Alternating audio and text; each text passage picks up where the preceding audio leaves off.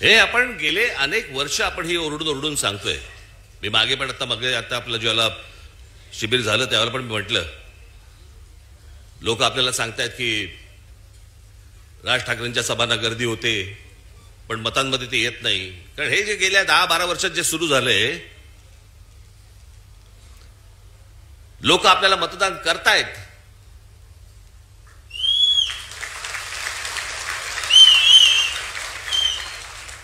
पण या सगळ्या भानगडीमधनं आपल्याला दरवेळेला पराभव पत्करावा लागतो. अनेकांना वाटेल की बाबा मी काहीतरी कारण देतोय. कारण काय द्यायची, अख्खा देश बोंबलतोय. आणि या सगळ्या प्रक्रियेमधनं मग सत्तेमध्ये यायचं आणि मग हवी तशी सत्ता राबवायची. बरं, आपण काय सांगतो आहोत त्यांना? आपण त्यांना सांगतो आहोत मतदार याद्या स्वच्छ करा. 5 वर्ष निवडणुका झालेल्या नाहीयेत या महाराष्ट्रामध्ये स्थानिक स्वराज्य संस्थांच्या.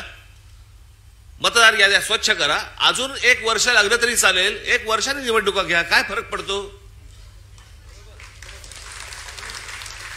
आणि उद्या मतदार याद्या ज्यावेळेला स्वच्छ होतील त्यावेळेला ज्याचा विजय होईल, ज्याचा पराभव होईल, आम्हाला मान्य आहे. उद्या आज जे सत्तेवरती आहेत त्यांचा जर समजा विजय झाला, मतदार याद्या पूर्ण पारदर्शक झाल्यानंतर, आम्हाला मान्य आहे. पण ह्या सगळ्या गोष्टी सगळ्या लपवायच्या आणि लपवून लपवून लपवून लपवून त्याच्यातनं निवडणुका घ्यायच्या.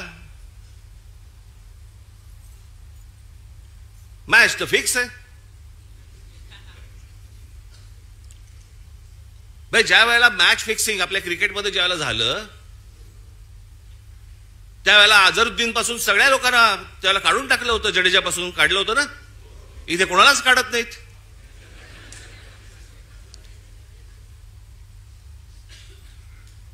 मुख्य निवडणूक आयुक्त काय सांगतात म्हणे, सीसीटीव्ही कॅमेरा मधलं जे काही शूटिंग आहे